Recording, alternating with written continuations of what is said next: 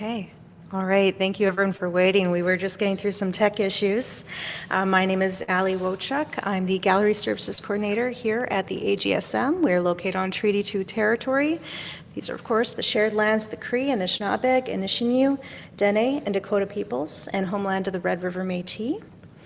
With accountability and responsibility, we acknowledge the harms in the past and commit to playing an active role in mended future by uplifting, celebrating Indigenous expression in our community across Turtle Island and around the world. And I am here with TJ Southam right now, who has an exhibition on right now in the Case Community Gallery here. So TJ has been studying art and brand in Manitoba since 2017. They are a drawer, storyteller, writer, and overall maker of things who prioritizes the exploration of identity in the practice. And you can really see this throughout your exhibition today. Thank you. Yeah. Now, right now we're recording this on June 28th. This is kind of a landmark anniversary for a lot of LGBTQ history, the anniversary of the Stonewall riots from 1969. It's also today International LGBTQ or Pride Day. So I think this is very kismet. We're doing this conversation today. It's very exciting. Yes. So I really wanted to start this conversation talking about pronouns. Yes. Yes.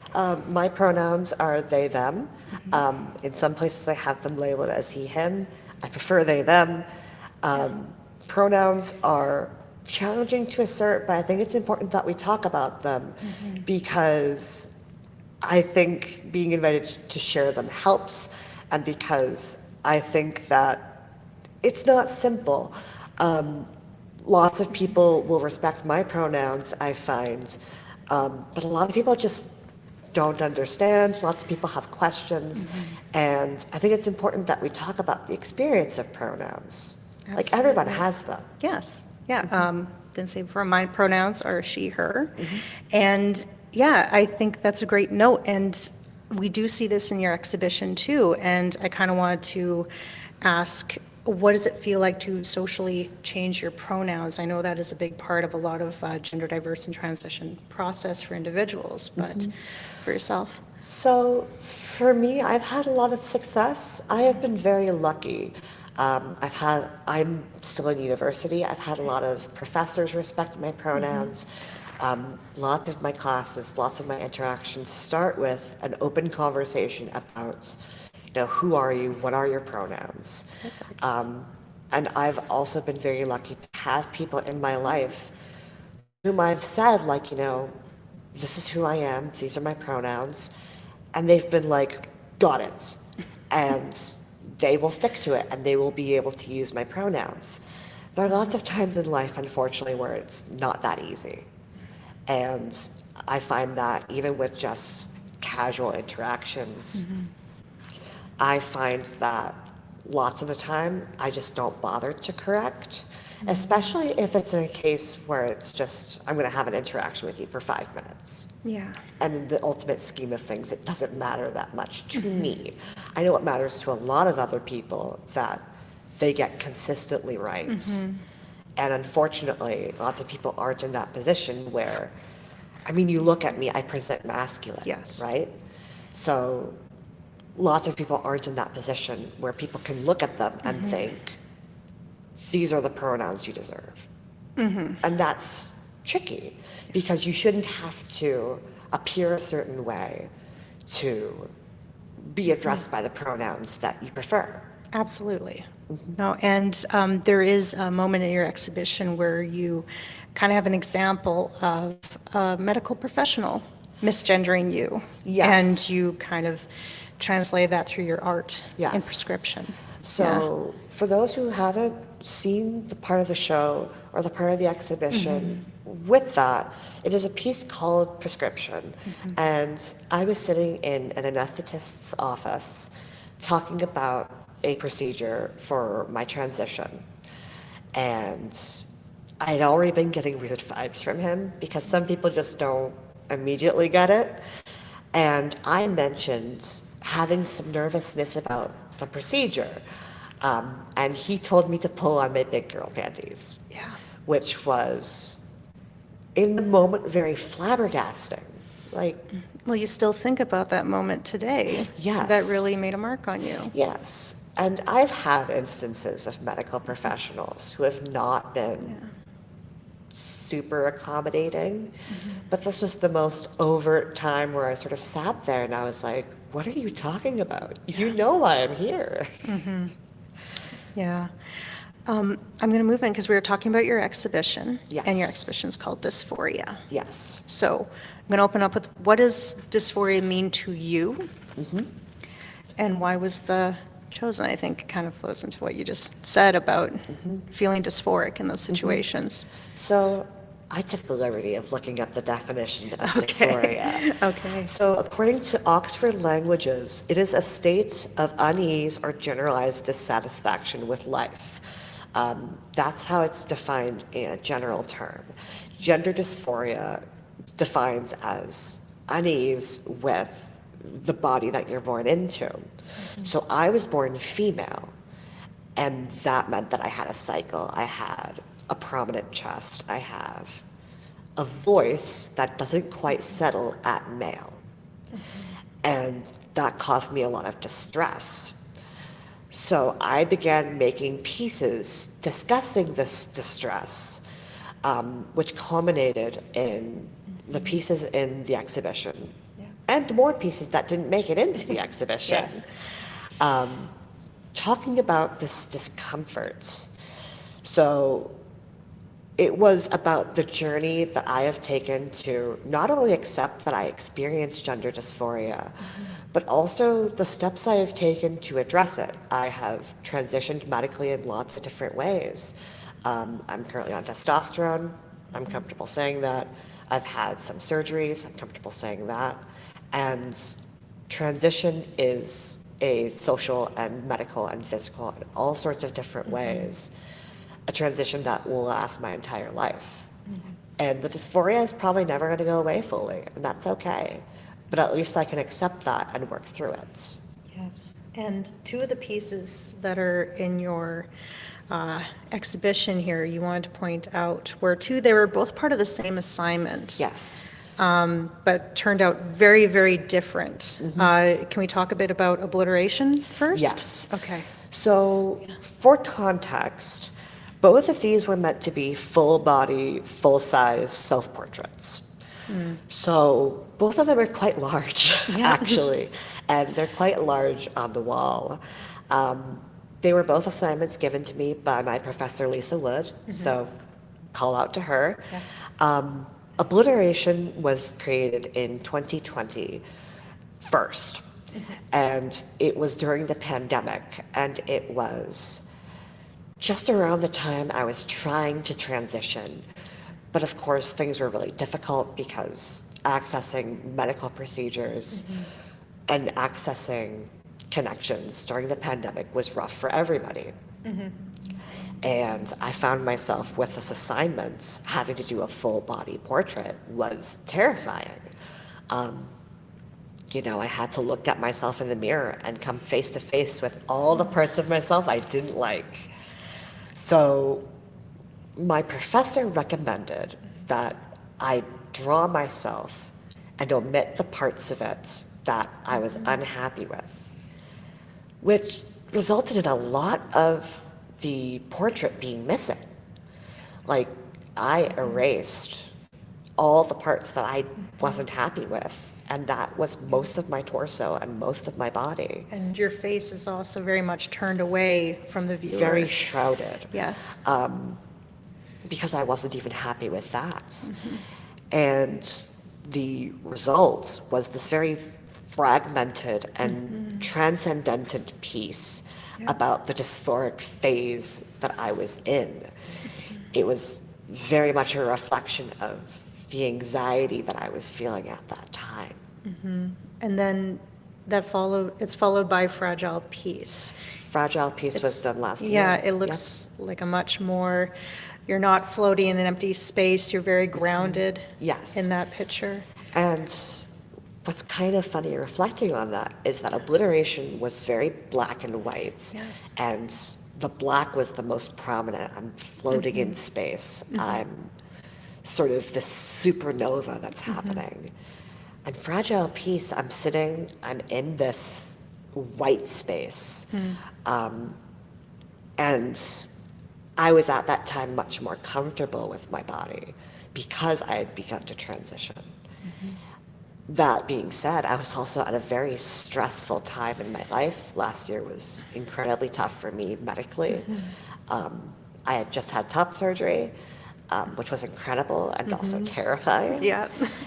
And what I wanted to represent was me holding on to this piece of light, this piece of hope that I had about the future and about my present and about all of the things that I sort of was hoping for. And that manifested in this piece that feels much brighter. Yes. Of course, the funny thing is the original piece was lost, so I had to reprint it. Oh. So it's once again sort of reclaiming, the sort of act of reclaiming this assignment, reclaiming this life, reclaiming this hope that I had. I love that. Thank you. No, because you look at obliteration and, like you said, it's very wide, very just exploding outward, and then fragile peace. You're much very grounded. You're holding on to something very kind of more closure almost. The compositions are very different, and that was a conscious choice. What ended up happening was I retook that class from 2020 because I wanted to expand on my skills. Okay. And that resulted in this really great moment between having those two pieces and seeing them compared over time. Yeah. And I guess going back, you mentioned Lisa Wood being very Yes. supportive throughout this assignment and Yes. giving you that very excellent suggestion, like if you can't look at it, maybe separate Yes. yourself from it. But throughout it, you mentioned receiving support from her, from instructors, from family, and what did that kind of support mean to you going through this art journey of yours? Yeah. It was very reassuring to know Yeah. that people believed me. And I think that is troubling in some ways because a lot of people don't get that sort of support and belief. A lot of people don't understand that being trans is absolutely a natural thing. It's absolutely a normal thing. It's the way that our brains are wired. It's the way that our physiology works. So being supported by my family and friends, it was a reassurance I wasn't completely crazy. Yes. Which sometimes you wonder. At least not crazy in that regard. And it gave me the confidence to transition socially, physically, medically. And I found through that process as well that I found friends who were also genderqueer, who were also transgender. And that was incredible because by getting that support myself, I was able to then give that support to others. Yes. And it is finding that community Yes. and that support system that you mentioned not too many people do find Yes. when they come out either as queer, gender diverse, trans. Without that support, what do you think your art would have looked like? You wouldn't have this exhibition, I'm assuming. I think the exhibition could have still happened, but it would have Okay. taken a much darker turn. Okay. And I say that there are pieces in the show, like Acceptance Garden, Yeah. that were made with the support of my family. They were sort of a reconciliation about like the way that I felt about my family's supports and recognizing that I was in this wealth of support that lots of other people don't get.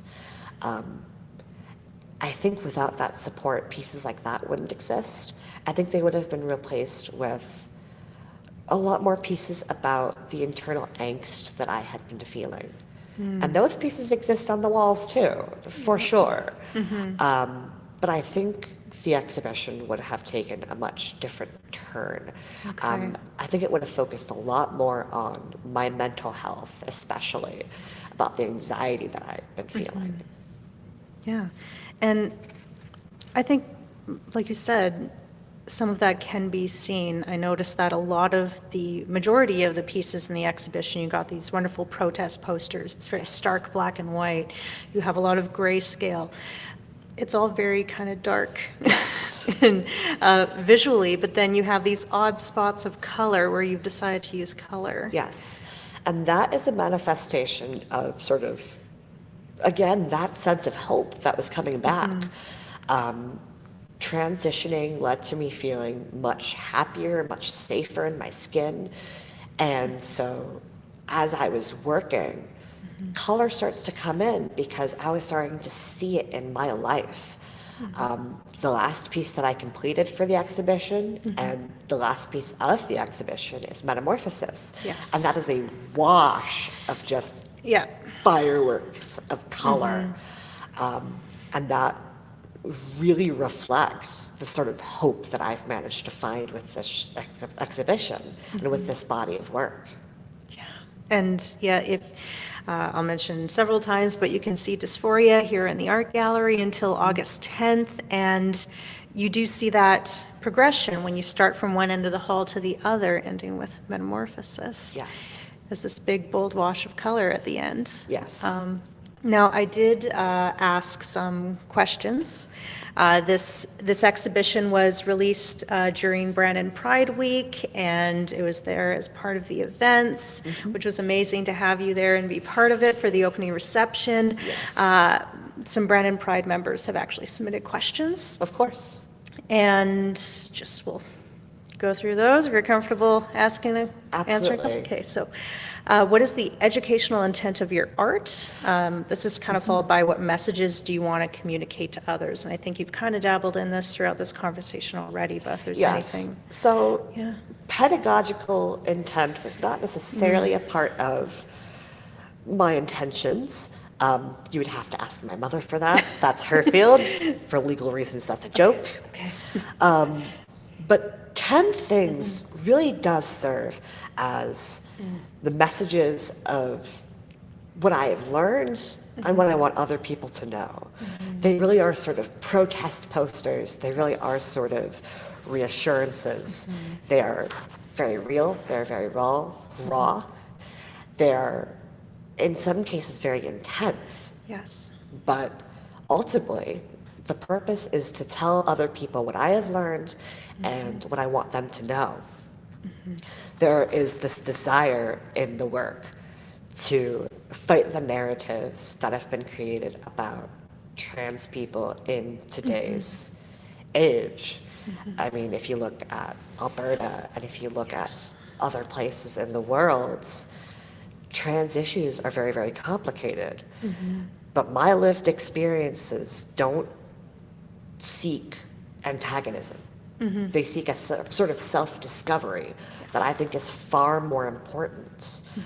I think ultimately the intention of the exhibition is to educate that this is very personal, but also it's a journey, and also, in my case, it doesn't hurt anybody. No. It's actually enriched my life in such a way that I want to share that with other people.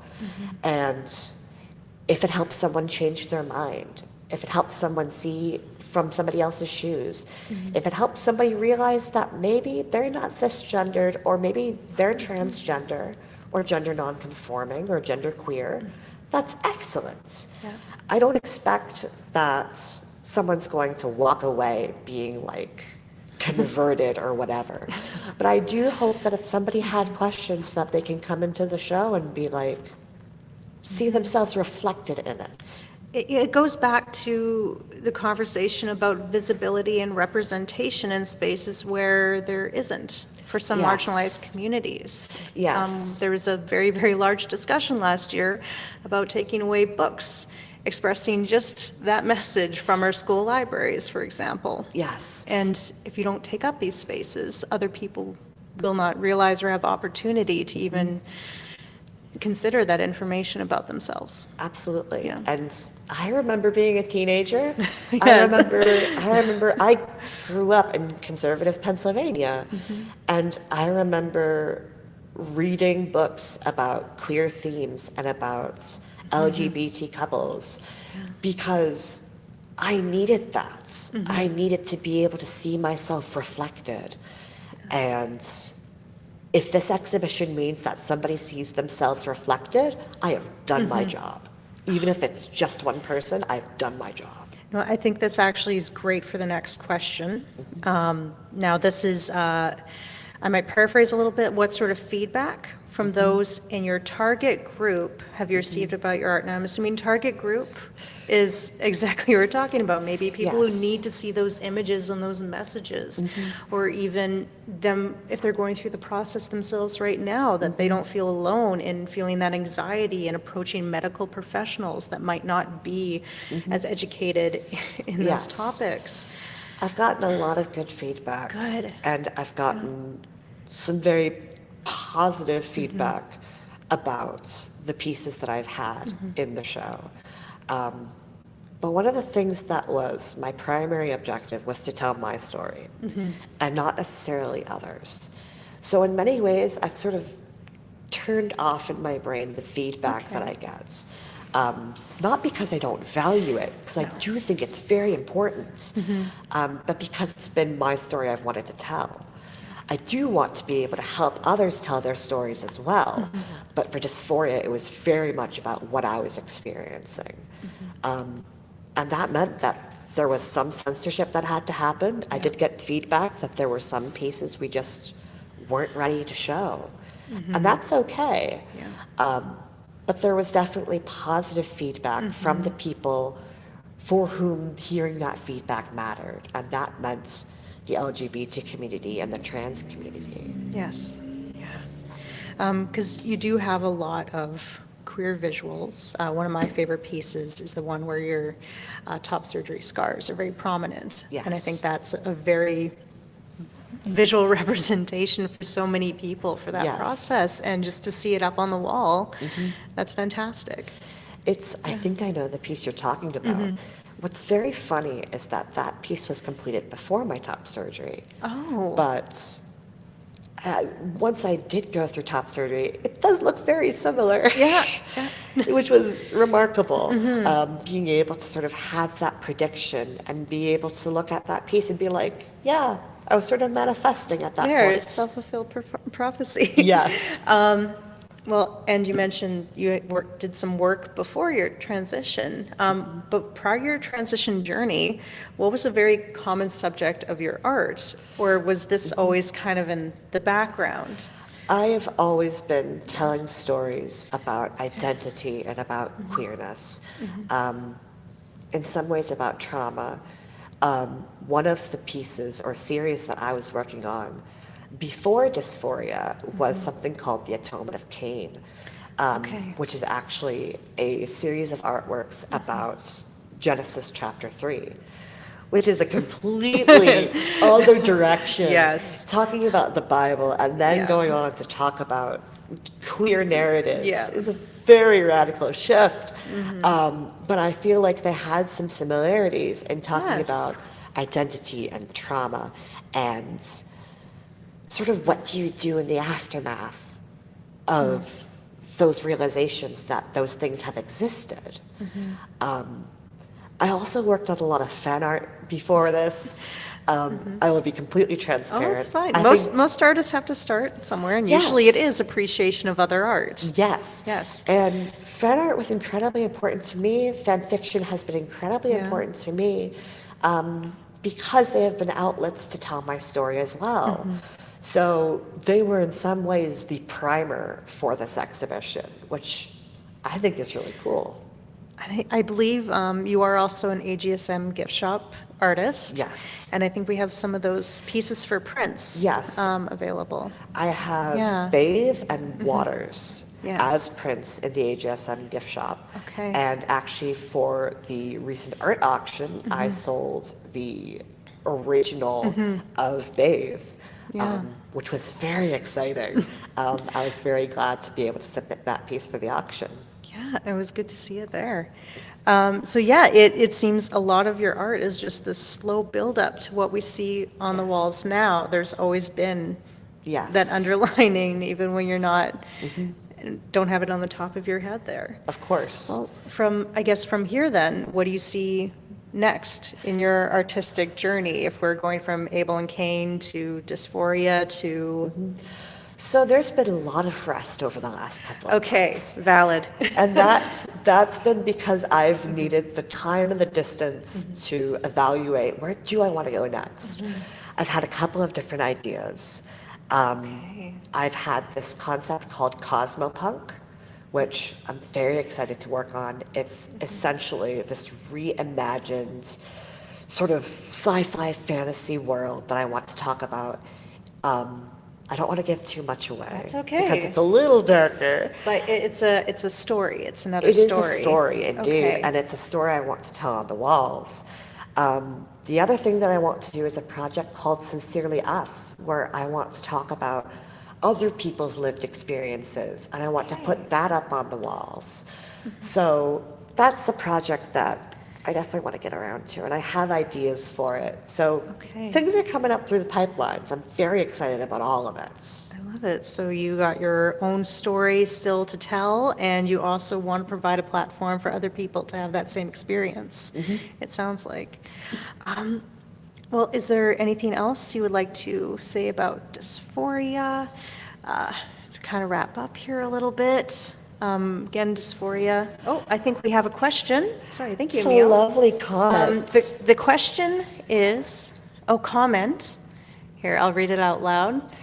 Years later, people came back and told me that my exhibition about transitioning was important to them. I hope this happens to you. Thank you so much. I genuinely appreciate it, and I really do hope that this can be an exhibition that is important for others.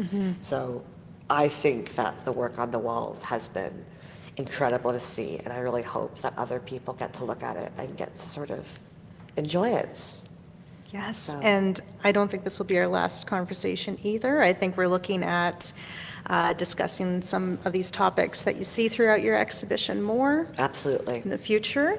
And Dysphoria will be in the AGSM-K's Community Gallery until August 10th. You can view all our opening hours on the AGSM website. Admission to the art gallery is always free.